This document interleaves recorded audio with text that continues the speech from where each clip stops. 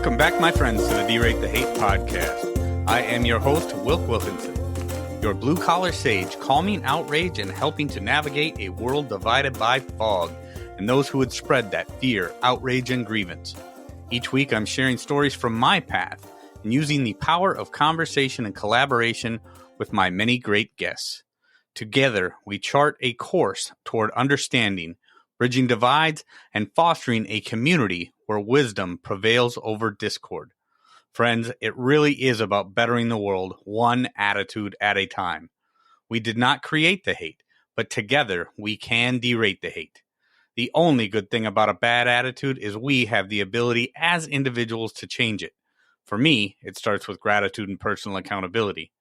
I am so incredibly grateful that you have taken the time to join me for another powerful DTH episode. Please remember to subscribe and share the DTH podcast with your network of friends.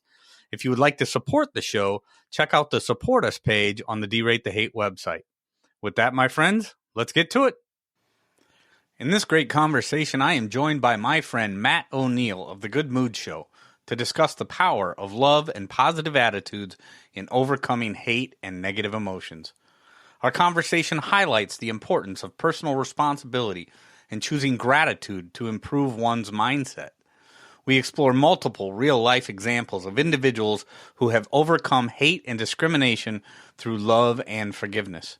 We also discuss the impact of guilt and judgment on our own well-being and provide strategies for building unshakable confidence. Matt dives deep in the development of shame and the cycle of hurt that can lead to destructive behavior. He shares personal stories of his family's experiences and emphasizes the importance of finding the truth and realizing that we are all born perfect and deserving of love. Matt also highlights the significance of taking responsibility for our lives and choosing happiness over victimhood. He discusses the power of response and ability and how embracing challenges can lead to personal growth. The conversation concludes with an invitation to continue exploring these topics on his show, The Good Mood Show podcast. Some of the great takeaways, my friends, from this incredible conversation are choosing love and positive attitudes can help overcome hate and negative emotion. Personal responsibility and gratitude, like I always talk about, are essential for improving one's mindset. Guilt and judgment can hinder personal growth and well-being, and it is so important to counteract them with self-compassion and self-acceptance. Friends, you are not going to want to miss another fantastic DTH conversation with my friend Matt O'Neill. And with that, here we go. Matt O'Neill, thank you for joining me on the D-Rate the Hate podcast. Man, it's so great to see you today. We're here recording on a Saturday. What up, Wilk? So happy to be here, man. Oh, it's good to see you. It's good to see you, Matt. We we use a common platform for finding guests, and it's always awesome for me to when I'm looking through different profiles and then all of a sudden I see somebody who just, it's like this glowing moment, right? Where I'm like, this person really gets it. And this person really gets me, whether we've met each other or not, or talked before or not, they get what I do and who I am. And when I saw the work that you do, Matt, with your, Good Mood Show and you talk about moods. It so much aligns with my bettering the world one attitude at a time, mission statement. And so I knew I wanted to talk to you, and I'm so grateful to have you here today, man. Yeah, thank you. Exactly. When you had reached out and I started to read about Derate the Hate, first I was like, oh man, we got hate in the title. And then as I started to read about it, I'm like, oh, you're trying to end hate. And in the fog, in the fear, in the outrage, in the grievances, by taking personal responsibility and choosing gratitude. I'm like, oh, okay, well, that's exactly but truth is truth, right? When there is a truth, there is a universal truth. And when you know it, you can speak the same language and you recognize it in other people. So it makes a lot of sense that we talk about the same things. It does. It does. I mean, mood is one of those things, mood, truth, and then I talk about the alternative to that is, fear, outrage, and grievance. Which to me, I call those lies of the ego. And anytime we're lost in a bad mood, so I've got the Good Mood Show podcast where, and the book I'm publishing this year is called The Good Mood Revolution, because it's like truly a fight, just like you've got to rate the hate. It's a fight against these manipulations and lies that the ego is going to throw at us that make us think that we're supposed to feel bad, that we're supposed to be angry at people, and we're supposed to feel shame and hopelessness and sadness and fear. But all of those is just our eyes are covered by manipulation or a misunderstanding, because the only thing that's real is love.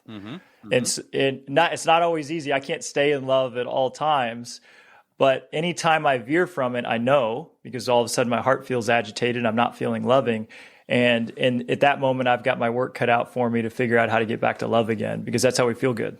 No, that's absolutely right. I mean, and to put it in terms of manipulation, that's so on point, because we let these things, these external forces outside of us, to change what's inside of us, and that's really where we have to take, going back to what I said before, personal responsibility, right? Why am I going to allow something outside of my being, outside of my control, to manipulate where I'm going, where I want to be, when I have no control over what that is? But I can control how I react to it. The ultimate testament to this is Viktor Frankl.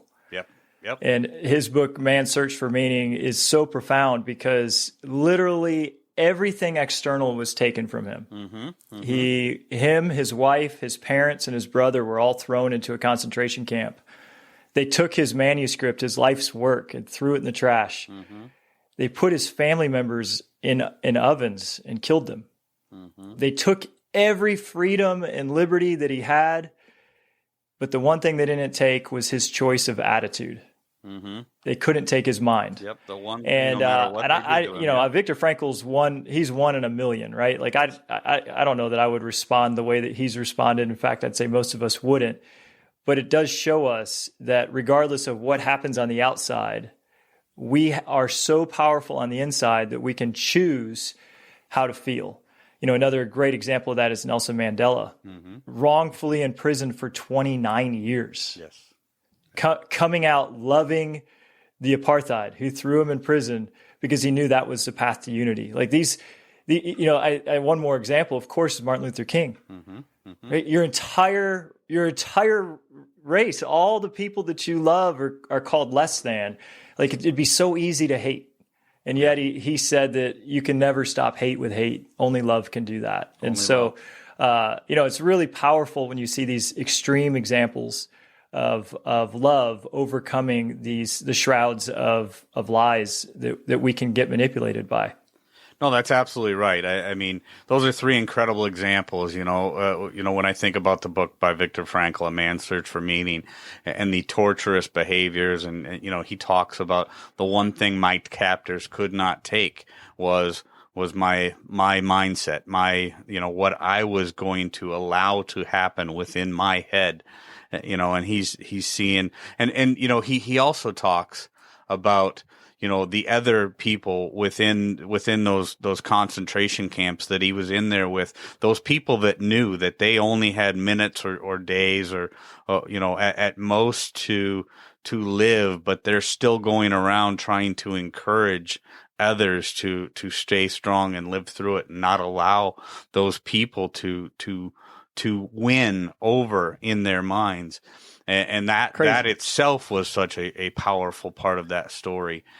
Just absolutely incredible. But then, obviously Nelson Mandela, and one of the books that I one of the books that I read by Archbishop Desmond Tutu and his daughter Tutu, the Book of Forgiving, talking about that apartheid story and how the folks in South Africa we're able to get through that through love and forgiveness, and not looking to not looking to just destroy their enemies, but to win out through love and forgiveness, and just absolutely amazing, testaments to the power of love and forgiveness, and how we can get through the worst of times and get beyond the actions of the worst of humanity through the love and humanity, and seeing the love and humanity in other human beings.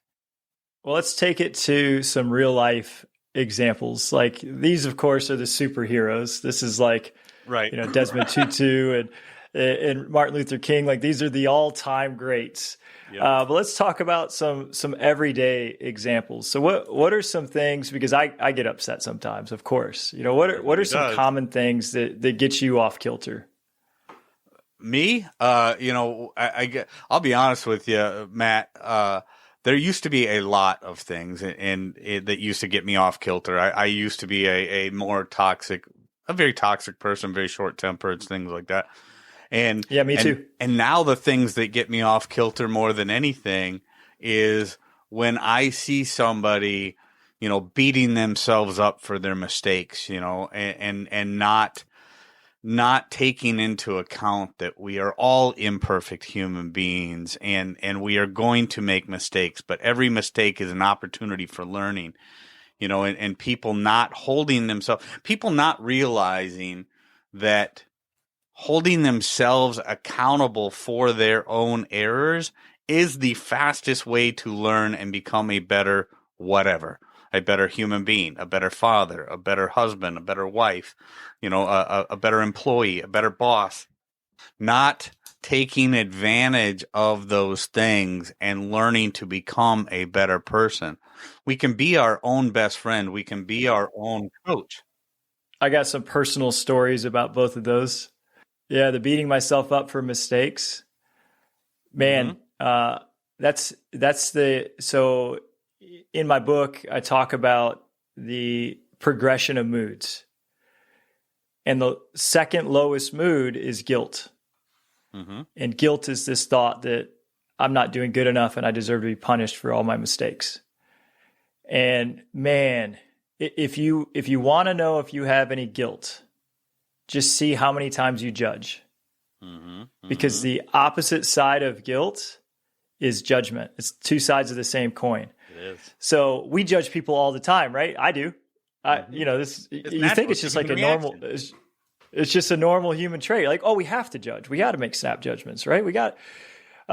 However, no, we don't have to. That's another one of the lies and the manipulations that keeps us from love is judging. So I'll catch myself judging a lot, and I'll catch myself being hard on myself. Like just 2 days ago, you and I were talking before the show about putting out social media content, creating videos, and how much work it is. Well, I've got 2 people that work with me, and I had recorded 2 videos the week before, and they didn't post them. And I was coming in to record 2 more videos, and I said, "What's the point of recording these videos if we can't get the ones out that we've already created?" Mm-hmm, mm-hmm. And then there were tears. Oh no! And one of my coworkers just said, "I've been under so much pressure. Our other coworker here, she's been out of the office all week. I've had to do the job of 2 people. It's just so much." And in that moment, this was 2 days ago, I recognized how I was so hard on them because I'm often so hard on myself. Mm-hmm. Mm-hmm. Yeah. And we think that being hard on ourselves is going to get us to do more. We think that it's pushing us to become great. Like, the harder, I'm my own worst critic, right? This is like supposed to be a good thing. But the opposite is actually true, because when we beat ourselves up, or if for my example, I beat up my 2 coworkers, not by saying, "Oh, you guys suck." It was just this kind of this expectation that what they were doing wasn't enough. Sure. It makes us feel worse about ourselves. And when we feel bad, we do bad. Mm-hmm, mm-hmm. And just to give you an example of that, like, think of a day that you got into an argument with somebody you really care about. And like, if I get into a fight with my spouse, with Katie, I'm so upset. I can't do anything that day. I can't focus on work. I'm not a good dad. I'm not a good friend. Like I'm just down. So beating ourselves up is the same thing. We feel down. That means our work's going to be down. But if on the other side of it, like think of a day you feel amazing. Like everything seems to be going right. You're basically skipping on your way to work. You're high-fiving people. On the days that you feel on top of the world, what can you get done on those days? Yeah, no, that's absolutely right, man. It's such an incredibly important point. And one of the things that I brought up very early in the derate the hate podcast is one of the first episodes I did was smiles and bad moods are contagious.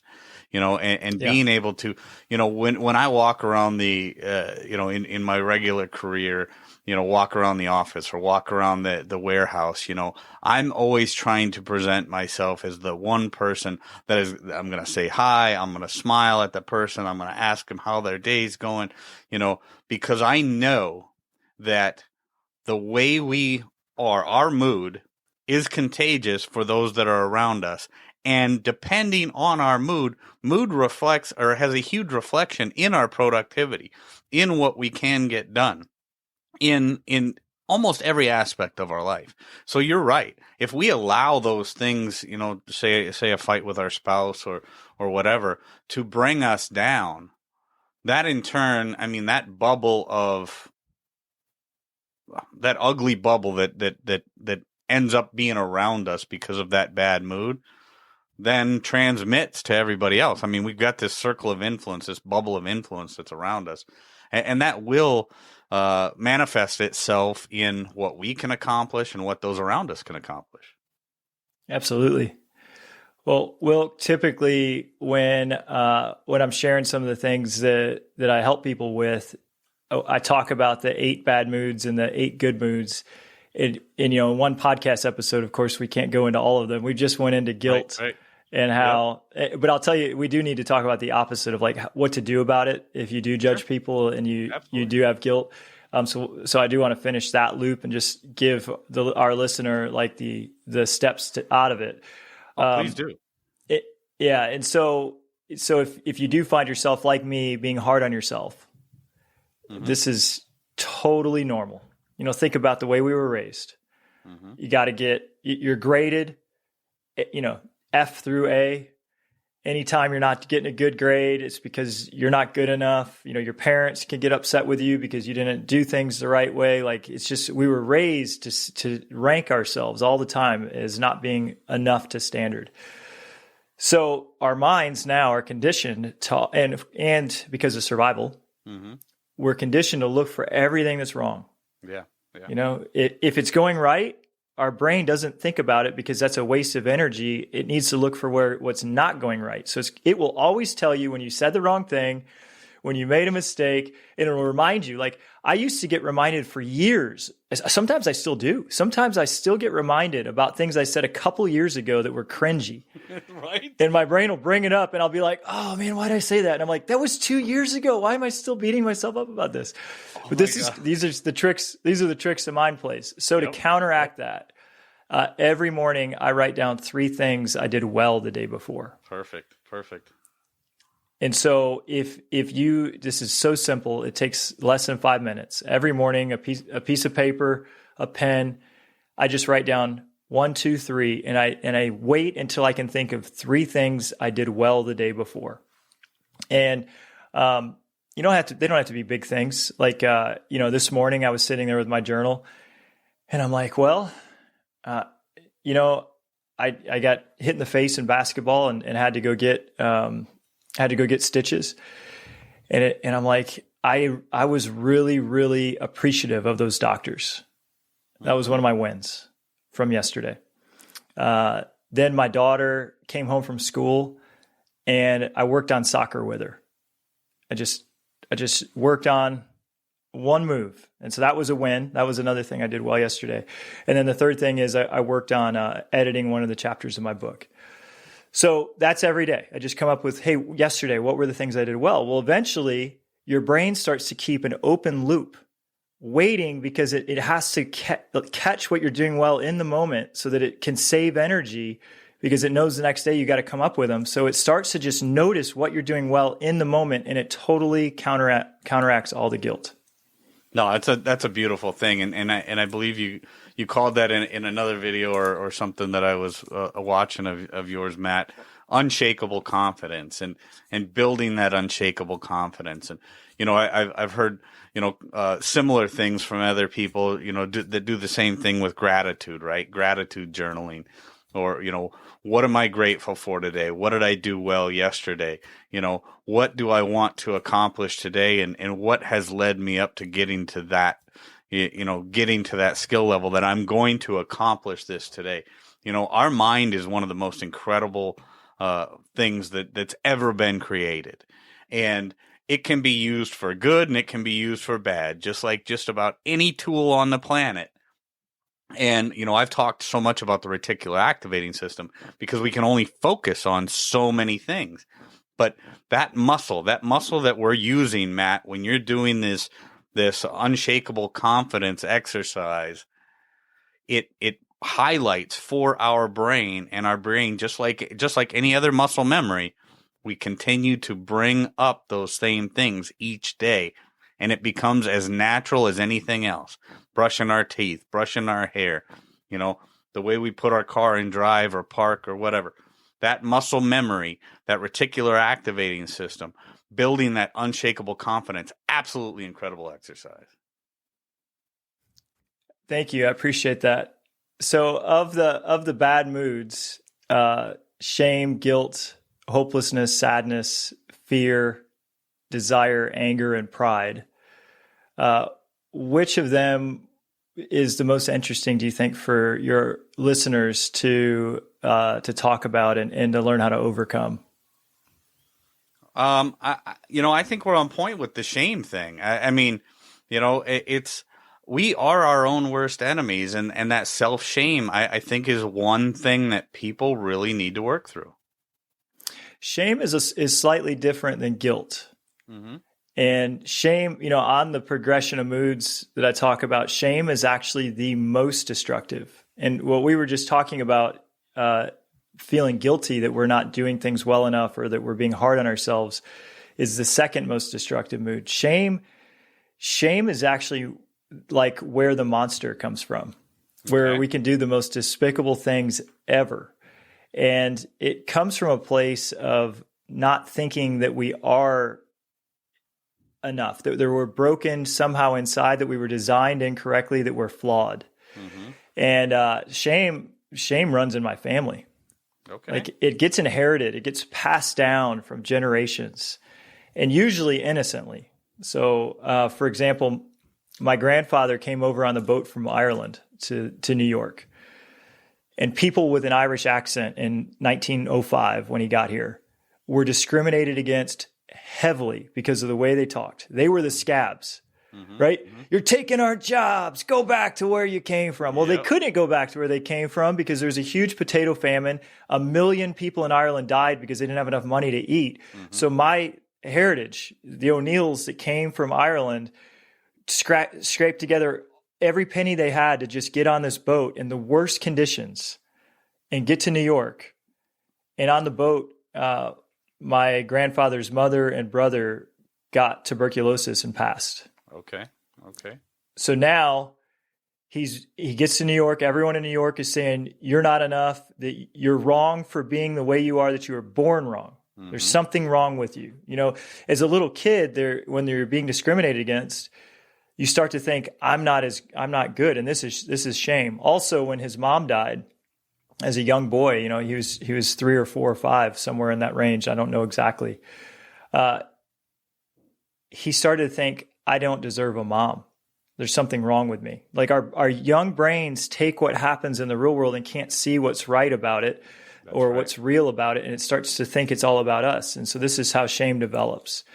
And then his dad, through how hard it was, became an alcoholic, beat him.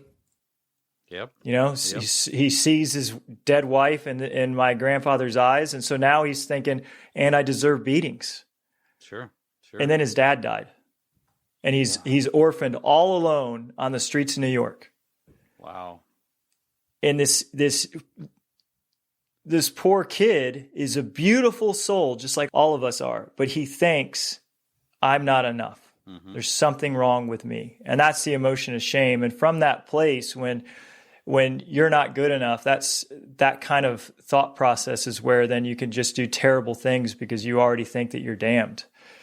And, so then he met my grandmother who had a very similar story. Usually our like energy attracts like. Mm-hmm. I mean, I know that you're a believer in that too, because it's just the way things work. So he feels shame. My grandmother also lost a parent, was given away by her mom, was raised on the outside of this other family her mom created, thinking I don't deserve a mom. So I also am not good enough. And they get married and then they have my dad and then treat him terribly. Yep. Because they don't think they're enough. They tell my dad, hey, before the world beats you down, we'll beat you down. Mm-hmm. So then what's my dad do? He grows up thinking he's not enough. And what's he try to teach me? Matt, I'm going to beat you down. Yep. Because you're not enough. Before the world tells you, I'll tell you. It's an ugly cycle. And this is how And so my dad innocently inherited this. Mm-hmm. My grandfather innocently inherited this. Like none of this is intentional. It's just misunderstandings. Mm-hmm. And if we can find the truth, and thankfully, like through the grace of God, I found the truth. Mm-hmm. Mm-hmm.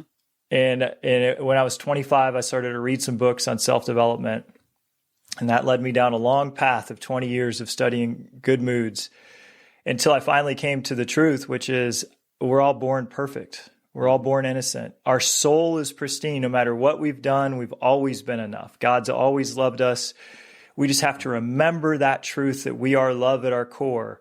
And as soon as we take all of the lies that we're not enough off, our pure innocence can shine again, and we can be a force for good in the world. And that's how we counteract shame. But the truth is so much more powerful than the lie that I listened to 30 years of lies before I found the truth.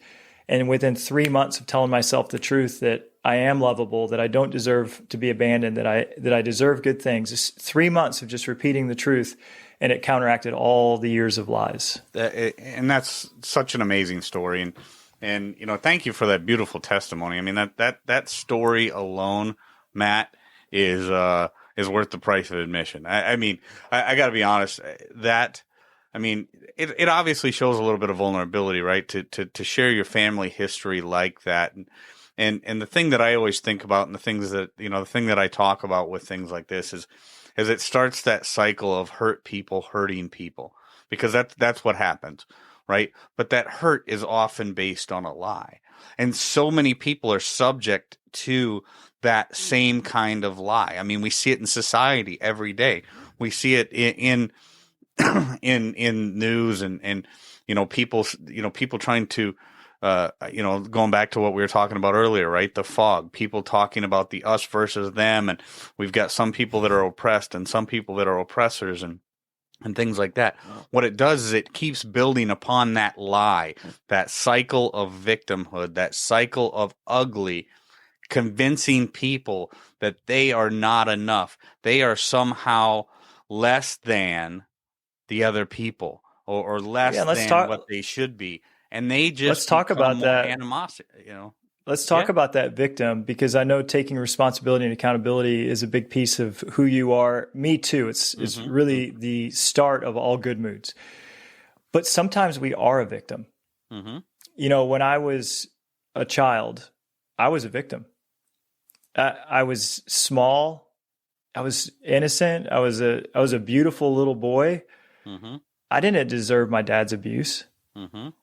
I didn't do anything for it. Like, I couldn't defend myself. He was huge. He was so strong, so powerful. I was a victim. And, there are some times in our lives when we are a victim. But choosing to stay a victim after we grow up is not the choice of happiness. So when as a teenager, I shut my dad out of my life because I had to. Mm-hmm. I had to protect myself. I had to protect my heart. And then I got really hard, and then that's when I started to become super cruel. We talked about that at the beginning, because I was so wounded that I put on a really hard exterior, right? And that's the way I got through. But that's not a way to happiness, because once we start to wall everybody out, we also wall all the good things in, and we no longer can feel joy. We can't feel this love that's within us. And then I started to learn, right? And I learned that, hey, you might not have been responsible for the way you were treated when you were a victim, but you sure are responsible for who you are today. That is exactly so. Right. Exactly. Right. At this point, you have to take responsibility for everything in your life in this moment. And you have to take responsibility for what you're going to make your life be from this point forward, regardless of what happened in the past. It might not have been your fault the way you were treated, but it sure is your responsibility to do something about it now. And that's what I talk about with personal responsibility. Yesterday I said I got hit in the mouth. Right. I didn't just get hit in the mouth. I got hit so hard, my bottom teeth came through my lip.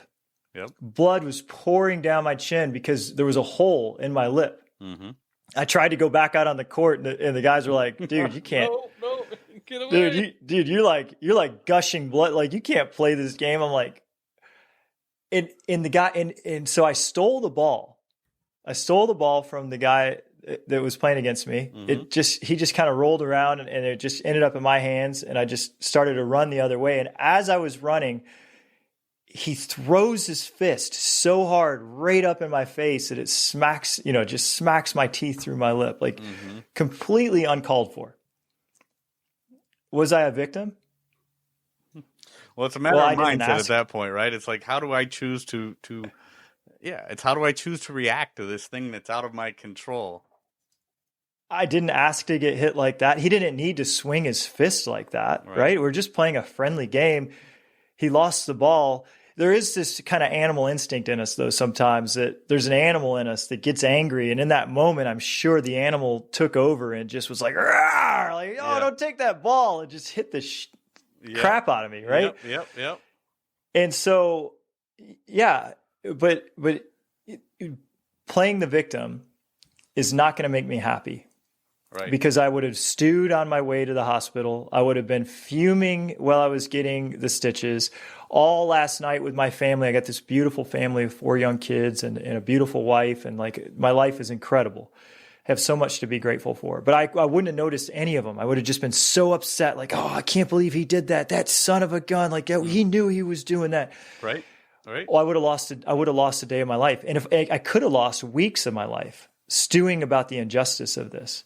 But let's talk about how to be responsible instead. Yep. And I chose to play the game of basketball. Yep. I want you to hold that thought for 1 second, because I want to make sure that I expand upon what you're saying, because Sure. I have been in I've been in similar or circumstances very similar to what you're talking about right here. I'm somebody who had and dealt with a lot of violence growing up, and when I was in high school, I was in a boxing club for the local university, and I had a guy that not a big, not somebody that I was a fan of, but he was a teammate of mine, and I'm holding the target pads for him, and he hits me in the mouth. Same thing. Teeth come through the bottom lip. I'm out for the rest of the season, right? I can't box anymore. I'm a 16-year-old kid at this point without the emotional intelligence that you're talking about there. Without the ability to work through this ugly circumstance that just took place. So I did let so many of my days, from that point going forward, hating this person for the stitches now that I had in my mouth, ruining the rest of my boxing season, the pain that I was feeling, just all those feelings I did not have the ability to cope with. So I know exactly what you and listening to your story here, Matt, kind of brings me back to that. And so many of the people that are listening to this can probably think of a time that they had something similar happen. Maybe not as similar as what you and I are talking about, but a car crash and right? Into that, because this is so important. You could be the victim of a car crash, of emotional abuse, of sexual abuse. Someone could have stolen from you. They could have betrayed your trust. Like, there's so many ways that we can be a victim, and we don't deserve it.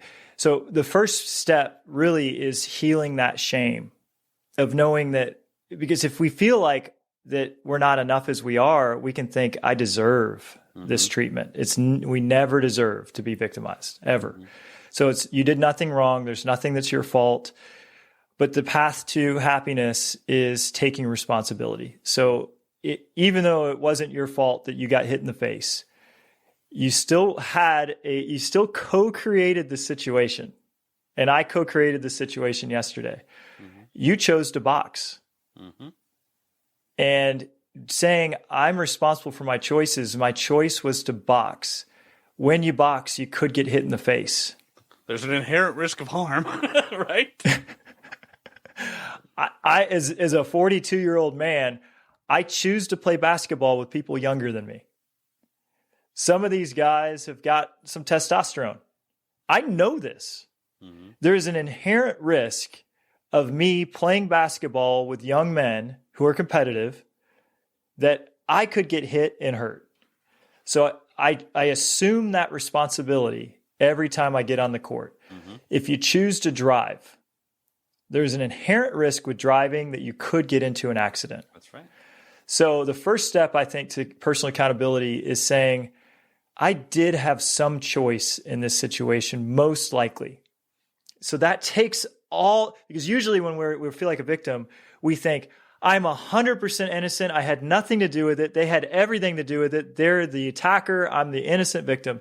But if you could just see how even slightly your choices led you to a situation that you're responsible for, it takes a little of the sting of the victimhood out.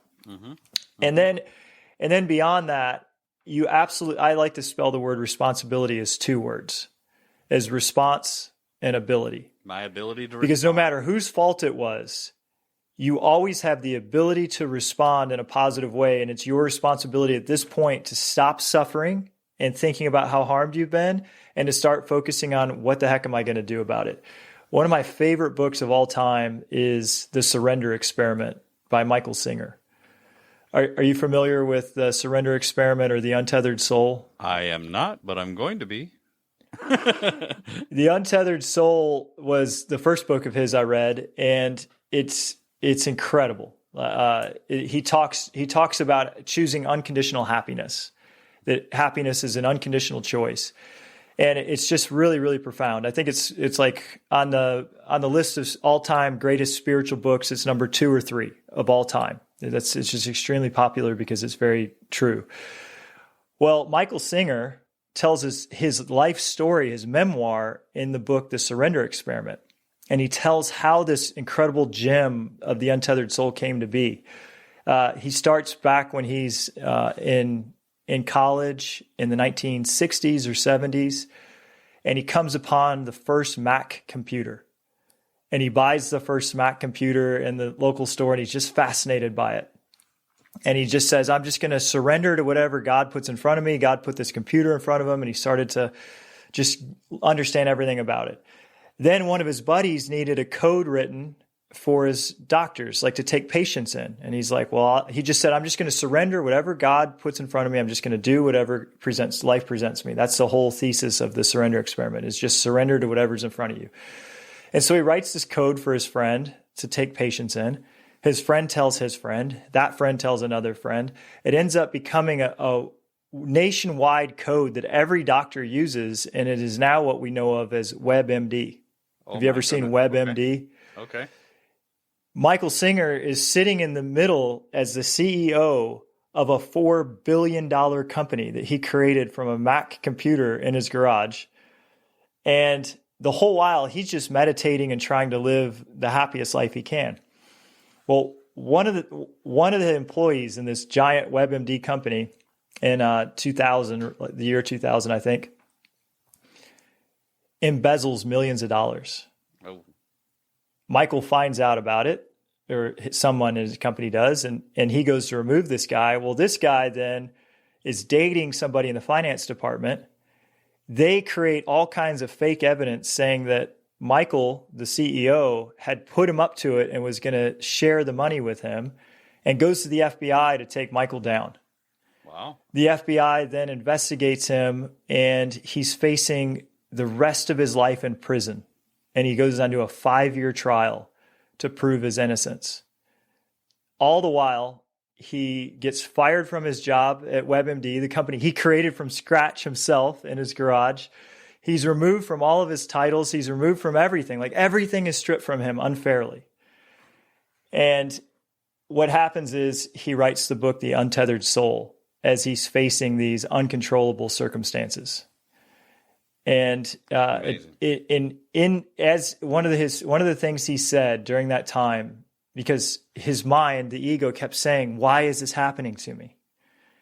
I've been so kind. I've just tried to do good. Why did this bad thing happen to me?" And our mind will do that. Those why questions. Why did this happen? The answers to that are just going to create suffering. Why did you get hit in the mouth by that kid? Yeah. Why did the guy have to swing his fist and hit me? Like, if you ask a why question, you'll only get answers that will make you suffer more. And so Michael recognized this, and anytime his mind said, "Why did this happen to me?" he just stopped and said, "This is happening, deal with it." And that was it. That was his mantra. This is happening. What am I going to do about it? And then every day, as his mind said, "Why did it happen?" he just shut it down. He's like, "I'm not going to participate in that question, mind," because we're not our mind. Our mind is like, we have a heart and the heart beats. We don't ask it to beat. It just beats. Mm-hmm. We have lungs. They breathe. We don't tell our lungs to breathe. They just breathe. We have a brain and its job is to think. We don't ask it to think. It just thinks, just like our heart and just like our lungs. But who is it that can direct these thoughts that are happening? And that's our soul. And so our soul can tell the mind when it asks a disempowering question that we're not going to participate, and then override it with a powerful one, which is, what am I going to do to make my life the best it can be? And for Michael, he wrote one of the most profound books ever written in The Untethered Soul, then became a superstar because Oprah brought him on his show. And then now he is who he is. But none of that would have happened. This is also the crazy thing. A lot of times our biggest problems are the biggest gifts because they force us to grow into ways we never would have without them. No, that's absolutely right. Such an important point. Getting stuck in that why me mentality or the woe is me mentality is going to do nothing but perpetuate that cycle of victimhood, the continue bringing about all the pain that got us there in the first place. Such an important point, Matt. We could obviously go on about this stuff forever. This stuff is maybe some of the most important thing. These topics are some of the most important things that any person can really dive into and really lean into for their personal happiness, because it is each of us as an individual. It's up to us to really look at what's going on in our life and how are we going to react to each of these individual circumstances. Each of these, there's no question that there are ugly things that are going to happen to us every day. And I can be a victim in one instant, but do I choose to remain a victim, or am I going to work through that, take that lesson, and move on and come out better on the other side? Matt O'Neill, this has been an incredible conversation. Tell all the DTH listeners where they can find you, where they can find more of these incredible lessons about happiness, how we stay in the right mood to make sure that we are the best human beings, living the best life that we can possibly live. Yeah, absolutely. If you love to rate the hate, we would love to have you over on the Good Mood Show podcast too. We're going to have very similar conversations, and I can never get enough of this. So if you guys want to check out the Good Mood Show, we can keep that conversation going. Incredible. And they will find that in the show notes. Matt O'Neill, thank you so much for your time today, my friend. This has been a beautiful conversation. So much good here that I look forward to more. Thank you so much. Friends, if there's anything in this episode that provided exceptional value to you, please make sure to hit that share button. Share it with your friends, share it far and wide. And of course, if you haven't done so already, be sure to subscribe right from our website so you can get the Derate the Hate podcast sent to your email inbox every week. So this is Wilk wrapping up for the week saying get out there, be kind to one another, be grateful for everything that you've got, and remember it's up to you to make each and every day the day that you want it to be. If there is something that you would like to share with me, you can catch me on most social media platforms, or you can email me directly, wilk@wilksworld.com. With that, my friends, I am going to back on out of here, and we will catch you next week. Take care.